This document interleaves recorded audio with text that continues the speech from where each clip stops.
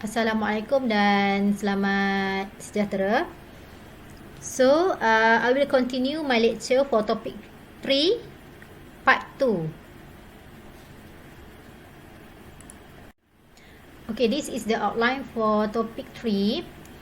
Okay, subtopic 1 until subtopic 3 already covered in part 1. So, subtopic 4 and 5 will be covered in part 2. Okay, next we go to battery application in industrial power system. Okay, this is the battery application. We can see here for UPS. Okay, and then a solar power system, and then also will be used for telecommunication, and then for emergency control or lighting, and also for voltage support.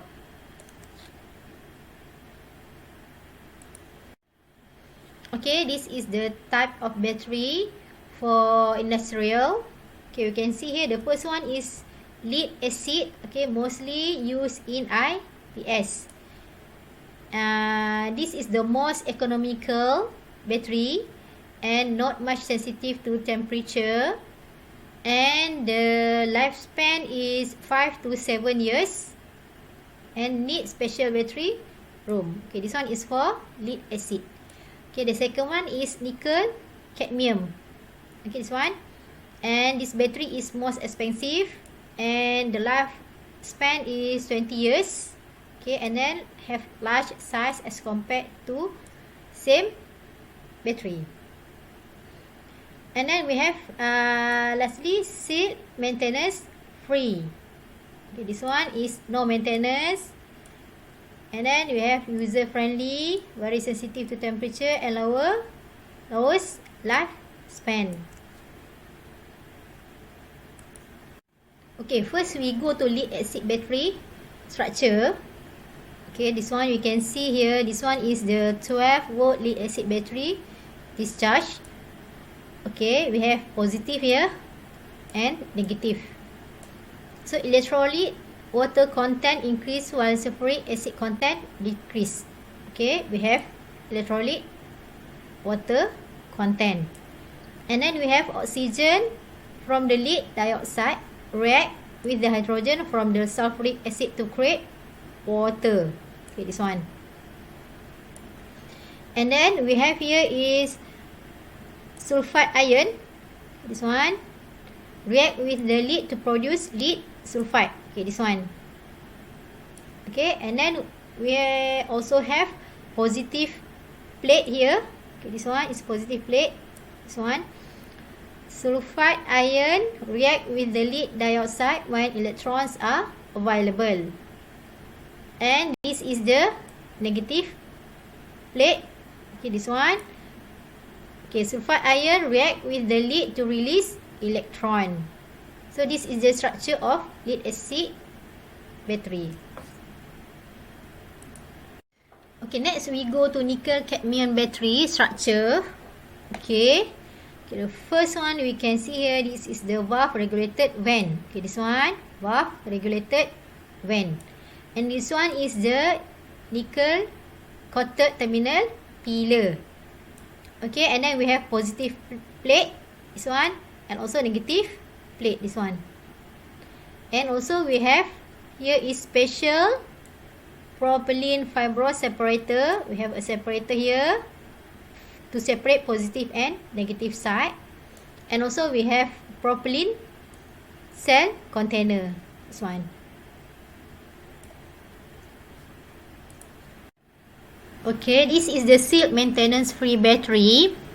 Okay, we can see here the structure is we have pattern sealed post here, and then safety valve / flame arrestor here, and then here is the true partition construction, and this one is the special active material, and this is the design, grid design, special grid design, and this one is the special separation And the cover is also use propylene. This one, cover of the battery, propylene cover and container. And then here is the heat seal case. Okay, this one to cover. This is to protect against seepage and corrosion. Okay, the questions here is why battery sizing is important. Okay, it is because to ensure that the loads being supplied or the power system being supported are adequate provided by the battery for the period of time. And because of improper battery sizing can lead to poor autonomy times, permanent damage to battery cells from over discharge, low load voltage, etc. Okay, this is the methodology. Okay, methodology for different types of battery. Okay, normal industry practice for lead acid by using this standard STD 485 for lead acid. And STD 1115 for nickel cadmium, based on the ampere hour method. Okay, this is the step to be considered in battery sizing. Okay, step 1. Step 1, collect load data to supported by the battery. So we have to know what is the type of the load and also what is the size of the load. And step 2, construct load profile and calculate the load VA and design energy in VA hour. Okay, step 3, select battery type and determine the characteristic of the cell. Okay, step 4, select number of battery cells to be connected in series. This is to make sure that the total supply is equal to the load connected. And then we have to, step 5, we have to calculate required ampere hour capacity for the battery. Okay, this is the step. Okay, to measure the size. Okay, step 1, first we have to know what is the types of the load. And then step 2 here, okay, we have to design load in VA. Okay, this one. So by using this formula, okay, we have to design the load. And then to design energy demand VA hour, okay, we have to use this formula. Okay, where SP is the peak load apparent power VA, ET is the total load energy VA hour, kg is the contingency for future load growth, okay, 10% usually, and then kc is the design margin. Okay, usually use 10%. Next we go to factor to be considered for battery type selection. This one is for step 3. Okay, we have to know what is the factor. The first one is the physical characteristic, this one, and second one is the expected life of cell, and third one is the frequency and depth of discharge. And then next is ambient temperature, we have to know. And then we have to consider the charging characteristics, and also we have to consider the maintenance requirement, ventilation requirement, and lastly is seismic factor, vibration and shock. Okay, next for step number 4, okay, we have to select number of battery cell to be connected in series. Okay, this is the most common number of cell. You can see here for 12 volt, for lead acid there are 6 batteries, and for nickel cadmium is 9 to 10. Okay, and this one is for 24 volt. Okay, And then we have 12 for lead acid and 18 up to 20 for nickel cadmium. Okay, this is the data for voltage rated up to 250 volt. And this is the number of the cell. Okay, this is the typical battery voltage ratings. Okay, we can see here, this one is the battery size. And this is the typical application.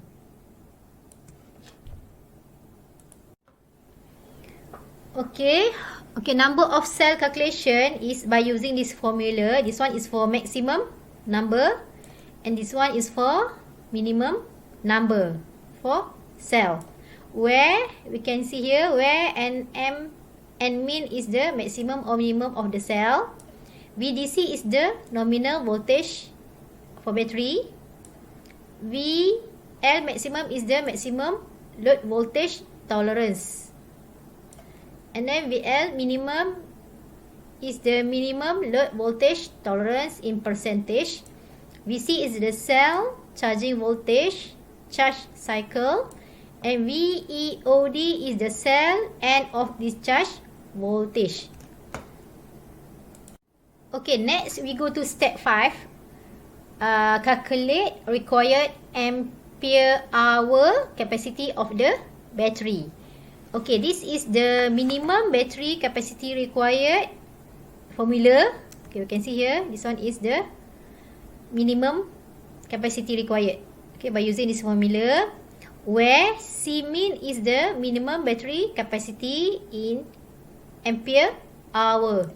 ED is the design energy over autonomy time in what VA hour. And then we have VDC. Okay, VDC is the nominal battery voltage, and we have KA is the battery aging factor, and normally we use 25%. KC is the capacity rating factor. Okay, normally 10%. And then we have KT is the temperature correction factor, and lastly KDOD is the maximum depth of discharge. Usually use 80%. Okay, this is the cell correction factors for temperature. Okay, this is based on the standard 485/1997. Okay, we can see here, this one is the temperature. Okay, this one is temperature in Fahrenheit and also in degree Celsius. And this is the cell correction factor. Okay, this is the formula for DC current rating of the battery charger. Okay, this one A. Okay, by using this formula, we can get what is the DC current rating. Okay, where AH is the recharge in ampere hours, T is the time, recharge time, L is the DC continuous load current in amperes, C1 is the temperature correction from manufacturer. Okay, and then we have lastly is C2 is altitude correction factor from manufacturer. Okay, this is the example to calculate the DC current rating of battery charger. Okay, we have the recharge time. Okay, and then we have L, continuous load current. And then we have the ampere hours of discharge, maximum value. Okay, and then we have the maximum ambient temperature. And then we have altitude is 1500 m, resulting, this one is for C2. So, all the value is given in the table. So, the solution is to get the DC current rating of battery charger by using this formula. This one for A. And we have to calculate what is the DC current rating by put all the value here. Okay. And also the C value. And we get the A is equal to 3.56 M. Okay, this is the value of DC current rating of battery charger. Okay, next we go to last subtopic. Okay, design of uninterruptible power supplies. So UPS. Okay, the primary function of uninterruptible power supply is to ensure continuity of electrical power during power outage or contingencies. Okay, and next, UPS can be used to improve PQ, especially voltage quality in IPS. And static transfer switch can be used to supply power to load via two independent power source. In the event of a fault, they automatically transfer the load from one source to another. Okay, we have three types of UPS. The first one is the online, and we have also have offline for UPS, and also line interactive UPS. Okay, this is the online or double conversion UPS. Okay, in normal operation, okay, this one is in normal operation. Okay, the load is supplied with power permanently via inverter. Okay, this one, inverter. Okay, bypass channel, this one, can be used to increase the availability of the power supply in the event of an overload or if the inverter is shut down following a fault or for maintenance purpose. So means that there are backup supply here by using bypass channel to supply the power if the inverter is shut down for maintenance or because of the fault. Okay, this is the line interactive UPS. Okay, the load is supplied from the power supply via power interface in which connected in parallel. This one is connected in parallel with the inverter. Okay, this can be improve voltage quality or harmonics. Okay, this is the offline or passive standby UPS. Okay, we can see here in normal operation, okay, the load is supplied with power direct via the line. Okay, the supply is direct connect to the load. Okay, if the line strays outside the permissible load tolerance limits, the inverter, this one, will take place. Okay, this configuration is designed for low sensitivity loads such as personal computer. Okay, next is the step in UPS sizing. Okay, for step 1, okay, prepare load list. Okay, consider apparent power and autonomy hour. Okay, by using this formula. Okay, and then step 2, construct load profile. Okay, and then step 3, calculate peak design load in kVA and design energy demand in kVA hour. So by using this formula, this one and also this one, which K represent as the future load growth, KC design margin, SP is the peak load, and ET is the total load energy in VA hour. Okay, step 4, battery sizing. And then step 5, rectifier or charger sizing, the design, DC load current. Okay, this by using this formula. This one is for DC load current.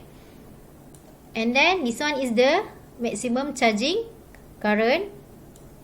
And this is the total minimum DC rectifier or charge current.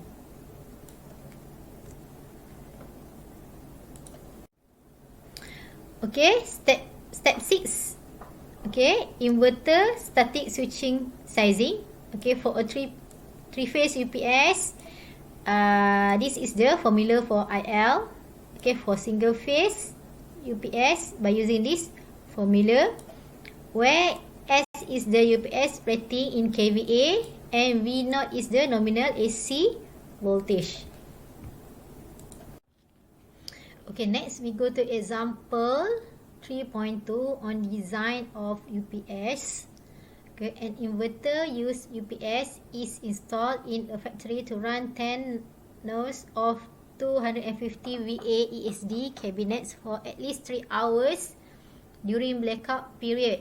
The battery bank output voltage is 120 VDC. The future growth contingency and the design margin are both considered as 10%. Okay, questions number A is the cell margin voltage is 2 to 5 VDC per cell. The end of discharge voltage is 1.8 VDC per cell. And the minimum and maximum load voltage tolerance are 10% and 20% respectively. Decide the number of cell in series. Okay, questions B. Given a depth of discharge is 80%. Battery aging factor is 20%.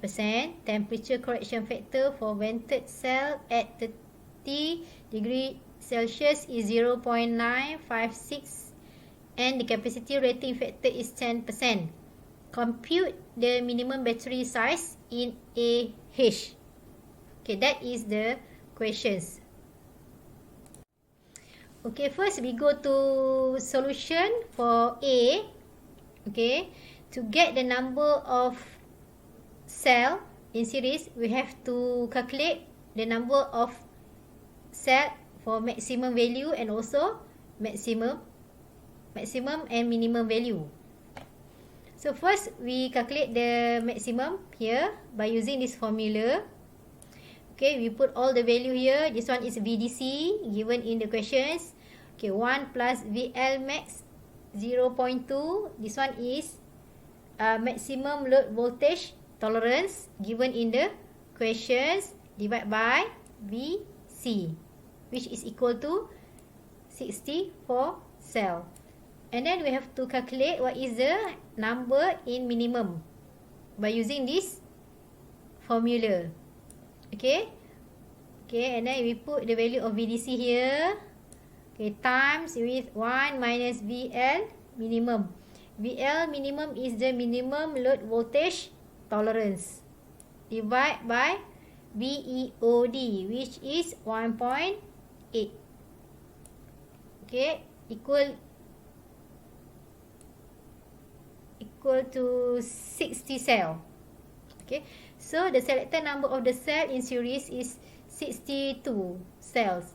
Okay, to get the value in series, we have to average n maximums and also n minimum. So 64 plus 60 divided by 2, which is equal to 62. Okay, next we go to questions B. Questions B, we have to compute the minimum battery size in AH. So firstly, we have to calculate what is the value of ED by using this formula. So ET is the total load energy in VA hour. So to get this ET, we have to times VA with the H. Here is hour time. And then we have to times with the number of the cell. Okay, then here we have to times with the 1 plus kg. Okay, kg here is the future load growth, which is equal to 10%. Okay, times with 1 plus kc. Kc here is the design margin, which is also 10%. So we put all the value here, and then we get the value of ED, which is equal to 9075 VAH. Okay, then we have to measure what is the minimum battery size by using this formula. So we put the value of ED, okay, times with this one is 1.2 is equal to 1 plus KA. Okay, KA is the battery aging factor, which is 20%. Okay, the value of 20% is given in the questions, and we have to time 20% with, sorry, we have to add 1 plus 20% here, which is equal to 0.2. So total is 1.2. So we have to time with the 1 plus KC here. KC is the design margin, which is 10%. Okay, and then we have to time with KT here. Okay, KT is given in the questions, and then divide with the VDC and divide with KDOD. Okay, which is equal to 119.29 Ah. This is the minimum battery size. Okay, this is the example 3.3. Okay, table E 3.3 shows the critical load for a plastic packaging plant that to be supplied by UPS during power outage period. Figure E3.3 depicts the connection diagram of the proposed UPS and its main configuration. So, this is the questions. A. Construct the load profile for UPS loading. B. Compute the peak design load and design energy demand if the future growth contingency and the design margin are both considered as 10%. C. Design the UPS based on the rating of the battery bank, the rectifier system, the static switch and the inverter system. Okay, this is the data given in table 3.3. We can see here, this is the load description. Okay, there are 5 types of load, and this is the VA rating, and this is the unit, the numbers, and this is the autonomy time in hours. Okay, this is the figure for 3.3. Okay, we can see here there are 2 types of supply here. The first one is the main input supply. Okay, go to the rectifier and inverter. Okay, this one is also have battery bank. The output is 415 AC, 3 phase. And then this is the bypass AC input supply. Okay, by using static switch as the connection to the output. Okay, and this is the characteristic or the information given for this system. Okay, next we go to questions A. Okay, load profile of the UPS loading. Okay, we have to represent the load profile in the graph. Okay, this one, graph VA versus operating hour. So we can see here, first we plot for the 2 hours. Okay, this one is for 2 hours. Only one load referred to 2 hours, which is computer console, and the load is, the total load is 120 times with 5. So the area of the graph, this is the total VA, which is 120 times with 5, which is equal to 600. This one. So the period is, this one is 2 hours. Okay, next we go to this load. Okay, this load referred to HMI here. Okay, for 4 hours. Okay, this one is for HMI, and the total load is 150 times with 10, which is this total VA is equal to 1,500. Okay, third load we referred is this distributed control system cabinet for 4 hours also. So the total load is 350 times with 10, which is equal to 3,500 here. So the area here is total of the VA, which is equal to 350 VA. Okay, next we go to 6 hours here. Okay, this graph referred for 6 hours. So 6 hours here referred to electrostatic discharge cabinet, which the total VA is equal to 4,000 here. So this one is 4,000. Okay. Okay, lastly, for 8 hours, this one is telecommunication cabinet. The total load is 180 times with 3, this one, which is equal to 540. So the area is 540 VA. Okay, B. Okay, design energy demand. Okay, for B, we have to compute the peak design load and design energy demand. Okay, first we have to calculate what is the peak design load. Okay, to get this value, we have to sum up all the load given in the table here. So this is the summation of all load. So get the peak design load. So the total load is in VA. Okay, next we go to total energy demand. So to get the energy demand, we have to times first the load with the period. Okay, this one, load with the period. And we have to sum up all the energy demand here. So the total is 49,520 VA hour. Then lastly, we have design energy demand. Okay, ED, okay, by using this equation, ED is equal to ET times with 1 plus the factor here. Okay, and times with 1 plus with the factor, which is equal to this value.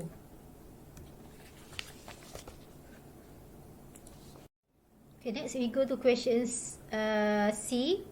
Design the UPS based on the ratings of the battery bank, the rectifier system, the static switch, and the inverter system. First, we have to measure what is the minimum size of the battery. Okay, by using these questions, C min, this one, this formula, and then we put all the value here. We know KA is given as the battery aging factor, which is 25% given in the questions, and KC also given in the questions, which is 8%, and KDOD, this is also given in the question, which is 85%, and this is the temperature correction factor, KT. So we put all the value here and we get the minimum value of the battery. And then a battery bank capacity of 1800 AH is selected, which is the near to this value. Next, we have to calculate what is the rectifier sizing. Okay, by using these questions or this formula, okay, given in the previous slide, okay, we have to measure what is the design load. Okay, SP is the peak load. Okay, this is the total load for all given load, and then this one is 1 plus kg.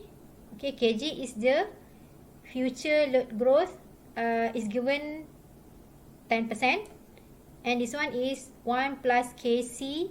Okay, kc is the design margin, which is 10%. So we get the value of design load. So from this value, we have to select the nearest one from the value, which is 50,000 VA of the design load is considered. Okay, then we have to design DC load current, okay, by using this formula from the previous slide. Okay, we have to measure what is the ILDC. Okay, we put all the value of load and also the VDC. So the current is 125 amp. Next, we have to measure what is the maximum battery charging current by using this formula, also given in the previous slide. And the IC value is 293.3 M. And then we have to total minimum rectifier and charging current. Okay, by using this formula, okay, we have to sum up the IL and also the IC. And we get the total minimum DC rectifier and charging is equal to 418.3 M. So we have to select the nearest one. Okay, a DC rectifier rating 420 M is selected. Okay, last part is for inverter and static switch sizing.